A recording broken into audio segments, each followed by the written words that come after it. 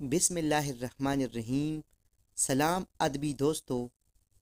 حامی برنا اور حامی برنا کون سا محاورہ درست ہے اور کیوں؟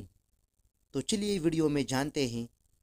ایک ہندی لفظ ہے حامی، جو ہائی ہاؤس ہے سے لکھا جاتا ہے، جس سے مراد ہے ہاں کہنا یا اقرار کرنا۔ ایک مشہور محاورہ ہے حامی برنا۔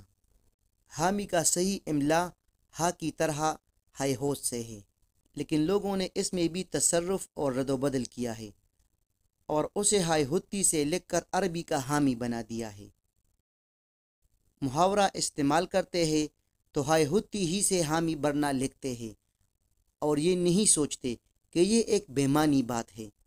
عربی لفظ حامی سے مراد ہے حمایت کرنے والا، مددگار۔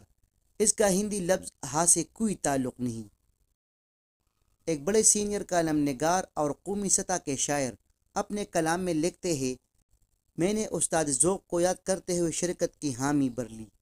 جب لفظ حامی استعمال کیا جاتا ہے تو ذہن میں فوراً حمایت کرنے والا آتا ہے، کیونکہ حامی کے معنی ہے حمایت کرنے والا، معاون اور دوست کے ہے۔